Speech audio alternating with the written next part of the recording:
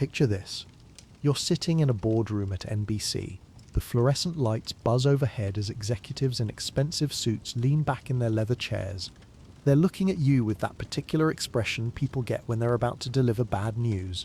Then they say it. Your sense of humor is too juvenile, too stupid, too immature for television. They're essentially telling you to grow up or get out. The room falls silent. Your heart pounds. Years of work, years of making people laugh, years of believing in yourself suddenly feel worthless. What do you do in that moment? Do you apologize? Do you promise to change? Do you beg for another chance? Everyone has been in that moment. Maybe it was a boss telling you to be more serious at work. Maybe it was family saying you need to act your age at dinner. Maybe it was friends telling you to stop being so silly at parties. That crushing moment when the world demands you change who you are to fit their expectations. The moment when being yourself suddenly isn't good enough anymore. For Adam Sandler, that moment came in 1995 when Saturday Night Live fired him without explanation. His crime, making millions of Americans laugh with fart jokes, baby voices, and characters that acted like overgrown children. NBC executives thought his humor was the death of comedy. They believed he was dragging down the sophistication of television. Sandler faced a choice that millions of people face every single day. Conform to what others expect or double down on who you really are. The difference is, his choice would either make him one of the richest comedians in history, or end his career before it really began. The stakes couldn't have been higher. He chose to bet everything on the very thing that got him fired. What happened next defied every expert in Hollywood and proved that sometimes the thing everyone tells you to change about yourself is actually your greatest asset. Adam Richard Sandler grows up as a middle-class kid from Brooklyn, who moves to Manchester, New Hampshire when he's 6 years old. Nothing about his childhood suggests he will become a comedy empire builder. His father Stanley works as an electrical engineer. His mother Judy teaches nursery school. They're ordinary people raising what appears to be an ordinary kid. But Adam isn't ordinary. He's the class clown who can't stop making people laugh, even when teachers tell him it isn't appropriate. He performs comedy routines at family gatherings. He does impressions of his relatives until they're crying with laughter. He discovers early that making people laugh feels better than anything else in the world. The problem is, nobody takes him seriously. Teachers constantly tell him to focus on real subjects. Guidance counselors suggest he consider practical careers. Even his family, who love his humor, worry about his future. How do you make a living being funny? How do you build a career on making people laugh? Sandler doesn't care about the doubts. He knows what he wants. At NYU's Tisch School of the Arts, while other students study serious acting techniques and classical theatre, Sandler perfects voices that sound like he's inhaled helium. He creates characters that most people find ridiculous. His classmates think he's wasting his talent. He starts performing stand-up comedy in dingy clubs across New York City. The audiences are brutal. Sometimes people walk out during his sets because they don't understand his style. Other comedians tell him his material is too weird, too childish, too different. They suggest he develop a more sophisticated approach. But Sandler refuses to change. He knows his humor connects with certain people. He sees their faces light up when he does his voices. He watches them laugh until their sides hurt. These people get him. They understand that being silly doesn't mean being stupid. In 1987, he meets Dennis Miller at a comedy club. Miller recognizes something special in Sandler's bizarre style. 3 years later, Miller recommends him to Lorne Michaels, the legendary producer of Saturday Night Live. In 1990, Sandler gets hired as a writer. Within a year, he's promoted to cast member. For 5 years, Sandler creates characters that divide audiences completely. Opera Man sings current events in operatic style. Cajun Man speaks in an exaggerated Louisiana accent. The Gap Girls features Sandler in drag working at a clothing store. Critics call these characters stupid and immature. Audiences can't stop laughing at them. This is the era when comedy is supposed to be smart and sophisticated. Shows like Seinfeld win awards for clever writing about nothing. The Simpsons gets praised for satirical intelligence. Everyone expects Saturday Night Live to follow this trend towards cerebral humor. Meanwhile, Sandler appears on national television singing songs about Thanksgiving turkey in a voice that sounds like a cartoon character. He performs sketches where grown men act like children. His comedy couldn't be further from what critics consider respectable. Behind the scenes, NBC executives grow increasingly uncomfortable with Sandler's brand of humor. They want Saturday Night Live to be more mature, more award-worthy, more critically acclaimed. Sandler's sketches get huge laughs from live audiences, but they don't get critical praise. In Hollywood, that's often a death sentence. The tension builds week after week. Sandler can feel the disapproval from network executives. He knows they think his humor is beneath the standards of quality television. But he also knows his audience loves what he's doing. Every time he performs, people laugh harder than they have in years. The writing is on the wall, but Sandler doesn't see it coming. He's too focused on making people laugh to worry about office politics and executive opinions. He believes that if audiences love his work, that should be enough. He's about to learn that in television, audience love doesn't always translate to job security. The firing that changed everything. In 1995, just as Sandler becomes a household name, NBC fires him and Chris Farley without explanation.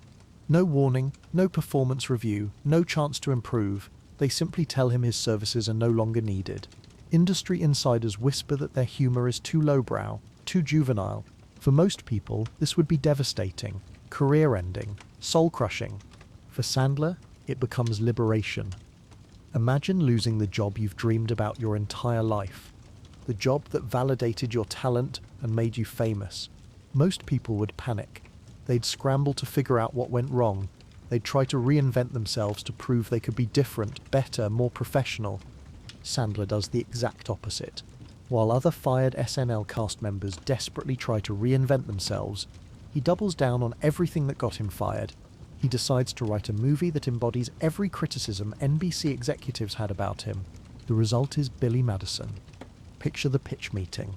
Sandler sits across from Hollywood executives and describes a movie about a 27-year-old man who acts like he's 12, a grown adult who talks in baby voices, throws tantrums and can't handle basic responsibilities.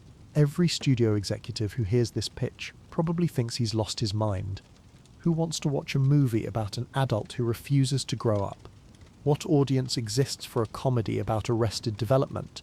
How could this possibly succeed when critics are already calling his humor too immature? But Sandler knows something these executives don't.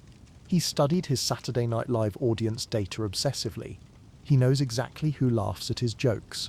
Young men between 18 and 34, teenagers who feel misunderstood, college students dealing with pressure to become serious adults, anyone who's ever been told they need to grow up. There's a massive audience of people who relate to not wanting to grow up. People who feel the weight of adult expectations crushing their natural personalities. People who remember what it felt like to be silly and carefree before the world told them to be serious and professional. Behind the scenes, Sandler makes Billy Madison for just $10 million. Studio executives predict it will be a disaster. Critics write it off before they even see it. The entertainment industry treats it like a joke that isn't funny. Then Billy Madison hits theaters in February 1995. Industry experts expect it to disappear after one weekend. Instead, something extraordinary happens. The movie makes $26 million and becomes a cult classic almost overnight. Suddenly, Sandler isn't the guy who got fired from Saturday Night Live. He's the guy who proved that juvenile humor can make serious money. But this is just the beginning of something much bigger. Building the formula. Instead of trying to prove he can do serious comedy, Sandler doubles down even harder. His next movie, Happy Gilmore, is about a hockey player who can't control his temper. More juvenile behavior, more silly voices, more physical comedy that critics hate, and audiences absolutely love. Happy Gilmore cost $14 million to make. It earns over $38 million at the box office. The pattern becomes impossible to ignore. Critics savage every movie. Audiences make every movie profitable. Sandler starts to understand something that will make him incredibly wealthy. There's a huge difference between what critics want and what audiences will pay for. Critics want sophisticated humor that wins awards. Audiences want to laugh until their sides hurt and forget about their problems for 2 hours. The Wedding Singer comes next. Critics call it formulaic and predictable. Audiences make it an $80 million hit. Then comes The Waterboy. Critics call it aggressively stupid. Audiences make it Sandler's biggest success yet at $161 million worldwide. Every movie gets worse reviews than the last. Every movie makes more money than the last. Sandler realizes he's discovered a business model that no one else understands. While other comedians chase critical acclaim, he chases box office numbers. While other actors worry about their reputation with industry insiders, he focuses on his relationship with paying customers. Behind the scenes, Sandler faces constant pressure to evolve as an artist. Agents tell him to take serious dramatic roles. Directors want him to tone down the voices and act more mature. Entertainment journalists write articles about how he needs to grow as a performer. Everyone has advice about how he should change. Everyone knows better than he does about what his career should look like. Everyone wants him to become someone different, someone more respectable, someone who fits their definition of a real actor. But Sandler has figured out something crucial. His audience doesn't want him to grow up, because they don't want to grow up either. They see him as their representative in Hollywood, the guy who refuses to let the world make him serious and boring, the guy who gets rich being exactly who he's always been. Rather than fight the criticism, Sandler embraces it completely. He starts marketing his movies to people who feel misunderstood, people who've been told they're too silly, too immature, too juvenile, people who relate to being criticized for their natural personalities. He turns his critics into his marketing department. Every bad review becomes proof that he's staying true to his audience instead of selling out to Hollywood expectations. Every article about his immaturity becomes validation that he understands something critics don't. The empire strikes back. In 1999, Sandler makes his smartest business move yet. He forms Happy Madison Productions, naming it after his two biggest hits. Now he's not just an actor getting paid per movie. He's a producer controlling the entire process from development to distribution. This changes everything.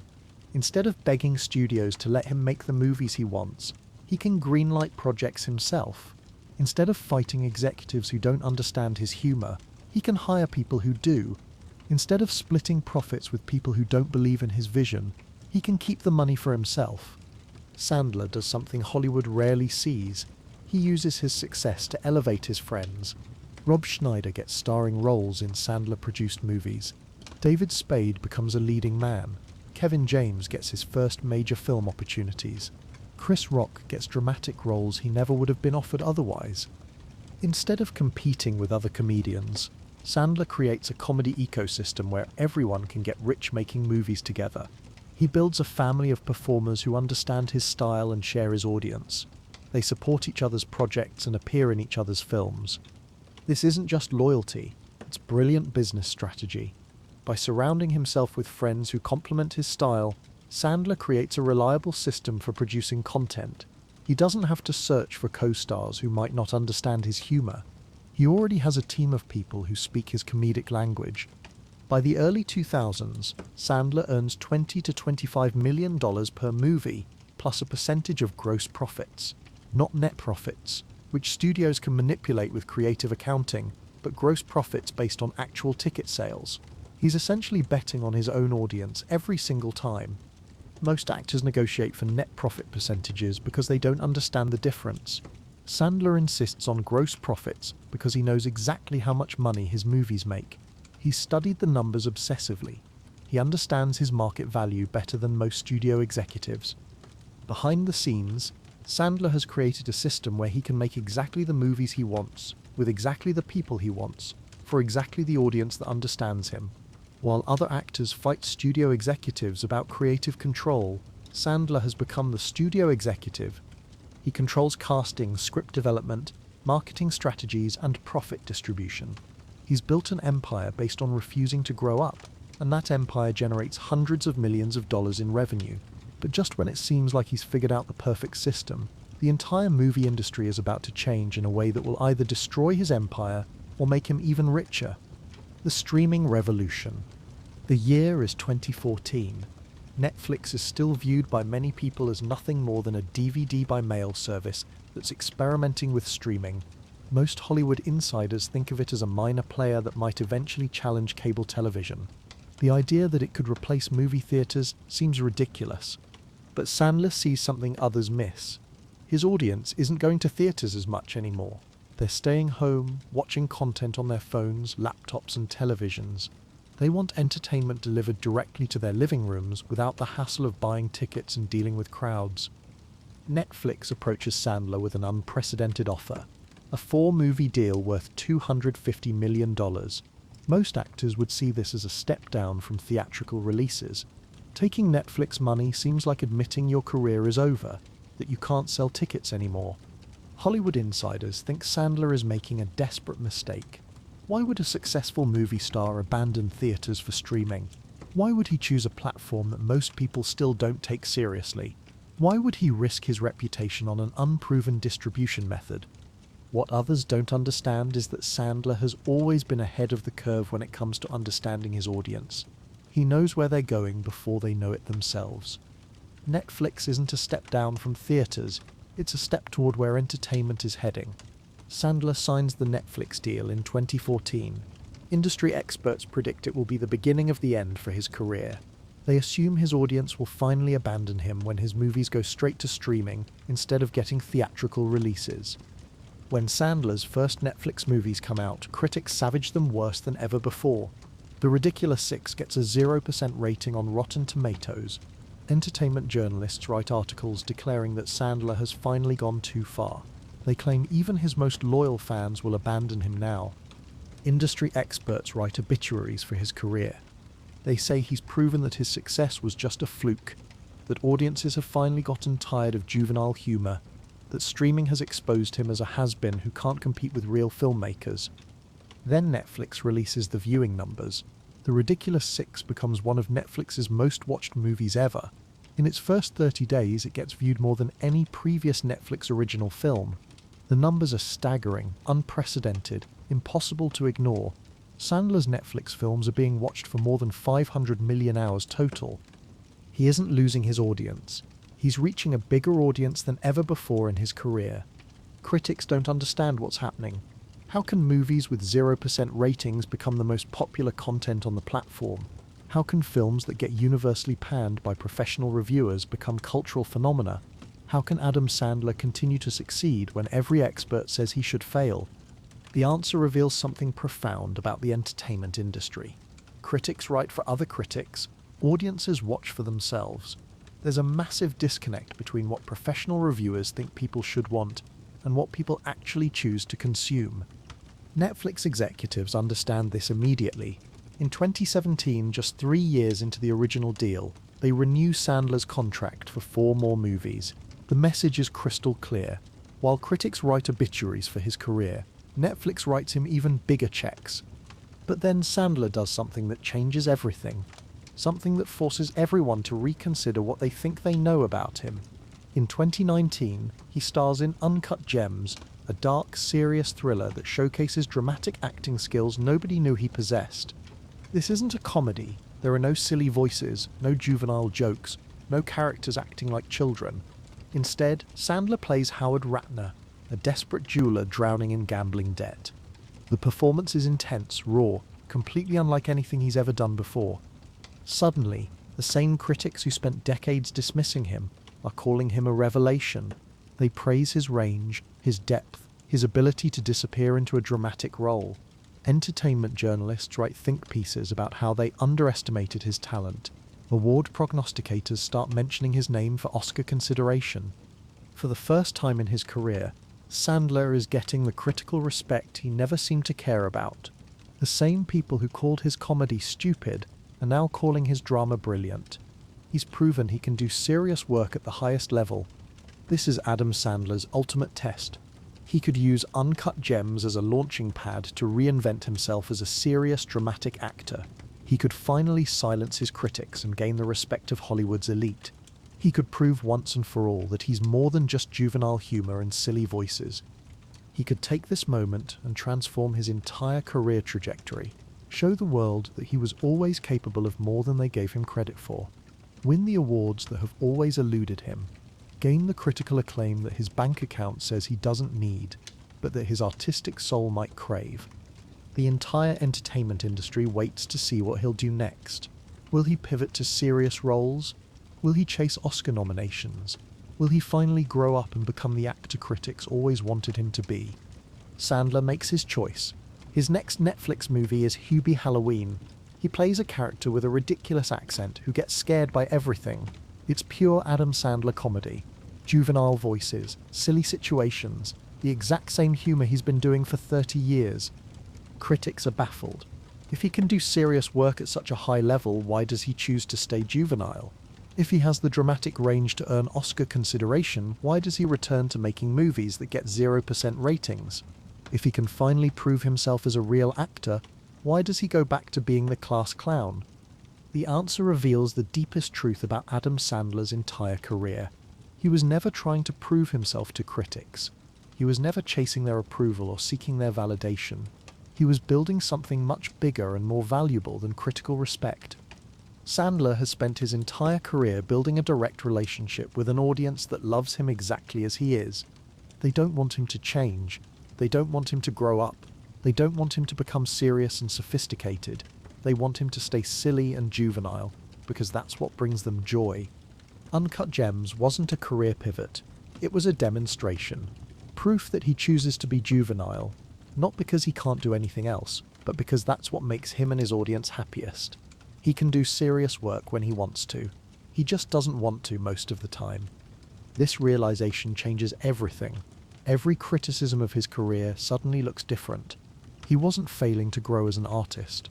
He was succeeding at being exactly the artist his audience needed. He wasn't refusing to evolve. He was choosing authenticity over approval. In 2023, Adam Sandler receives the Mark Twain Prize for American Humor, the highest honor in comedy. The Kennedy Center ceremony celebrates his 3-decade career of making people laugh. The same establishment that criticized him for decades now recognizes him as one of America's great humorists. He walks onto that stage having won without changing a single thing about himself, without compromising his vision, without sacrificing his authenticity for respectability. The juvenile comedian who got fired from Saturday Night Live is now being honored by the same industry that once rejected him. The ultimate validation isn't the award itself, it's what the award represents. Proof that staying true to yourself, even when everyone tells you to change, can lead to the highest levels of success and recognition. Today, Adam Sandler has a net worth of $440 million. He makes $50 to $60 million per year from his various projects. His movies have grossed over $2 billion worldwide. Those juvenile jokes and silly voices created one of the most successful comedy empires in entertainment history. The numbers don't lie. While critics spent decades telling him to grow up, audiences spent billions of dollars proving they loved him exactly as he was. Every dollar represents a person who chose to laugh instead of taking life too seriously. Every ticket sold represents someone who found joy in refusing to be completely adult. His Netflix partnership has become one of the most successful celebrity deals in streaming history. The platform that other actors saw as a step down became Sandler's launching pad to an even bigger audience. While other performers struggled to adapt to the changing entertainment landscape, Sandler built his empire on a platform that didn't even exist when he started his career. The Friend network he created has transformed multiple careers. Rob Schneider built a successful film career within Sandler's ecosystem. David Spade went from Saturday Night Live supporting player to leading man. Kevin James became a movie star. Chris Rock expanded beyond stand-up into dramatic acting. Sandler didn't just refuse to grow up alone. He created a space where other people could refuse to grow up with him. He proved that loyalty and friendship could be just as valuable as cutthroat competition. He showed that lifting others up doesn't diminish your own success. At 57 years old, Sandler still does voices that make him sound like a cartoon character. He still tells jokes that critics call immature. He still makes movies with his friends about characters who act like children. The difference is, now he does it as one of the richest comedians in history, from his own production company, on his own terms. The empire he built proves something profound about authenticity and success. He succeeded not despite being juvenile, but because he was authentically juvenile. In a world that constantly tells people to change, grow up, be someone else, Sandler got rich by being exactly who he was. His audience connected with him not because his jokes were sophisticated, but because they were honest. Everyone has a part of themselves they're told to hide. A part they're told isn't professional enough, mature enough, good enough for public consumption. Sandler proved that those parts of ourselves might actually be our greatest assets. Think about your own life. What aspects of your personality have you been told to suppress? What parts of yourself have bosses, teachers, family members, or friends suggested you should change? What makes you laugh that other people think is stupid? What brings you joy that others consider immature? Sandler's story suggests that these criticized parts of yourself might be worth defending. They might be worth building a career around. They might be the very things that make you special and valuable to the right audience.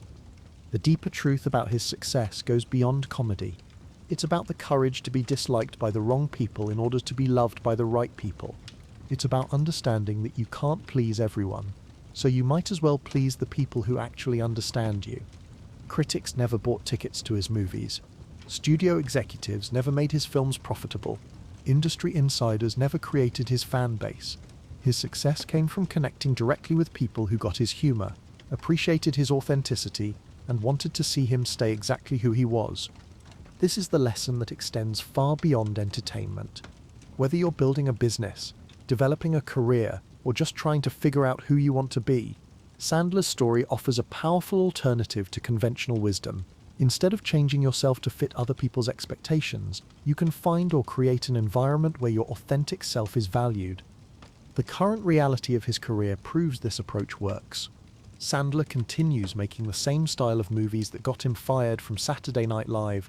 The same humor that NBC executives thought was too juvenile now generates hundreds of millions of dollars in revenue. The same personality traits that critics called immature now define one of Hollywood's most successful brands. His story also reveals something important about criticism itself. The people who spent decades telling him to change weren't necessarily wrong about what they wanted. They were wrong about what audiences wanted. They confused their own preferences with universal truth. This happens in every industry and every aspect of life. People in positions of authority often assume their taste represents everyone's taste. They mistake their opinions for objective standards. They forget that success isn't about impressing critics. It's about serving your actual audience. Sandler figured this out earlier than most. He learned to distinguish between feedback from people who would never support him anyway, and feedback from people who actually mattered to his success. He listened to his audience instead of his critics. The next time someone tells you to grow up, remember Adam Sandler.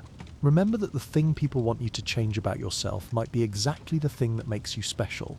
Sometimes the biggest risk isn't refusing to change. Sometimes the biggest risk is changing to fit someone else's expectations. Remember that there's a massive difference between growing as a person and growing up in the way other people expect. You can develop new skills, gain new experiences, and become wiser without abandoning the core aspects of your personality that bring you and others joy.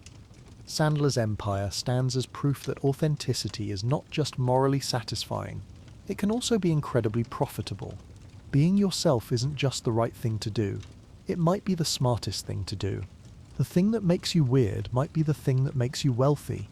Your authentic self, complete with all its supposedly immature aspects, might be exactly what the world needs. Someone out there is waiting for permission to be as silly, as juvenile, as authentically themselves as you are willing to be. Your refusal to grow up might give them the courage to stay young at heart too. Adam Sandler built a $400 million empire by refusing to let the world make him serious. He proved that sometimes the most mature thing you can do is refuse to grow up. He showed that the child inside you isn't something to suppress, it's something to celebrate and monetize. The next time you're in that boardroom, that meeting, that moment when everyone tells you to be someone different, remember that you have a choice. You can conform to their expectations, or you can bet everything on the thing they want you to change. Sometimes that thing they want you to change is your greatest asset.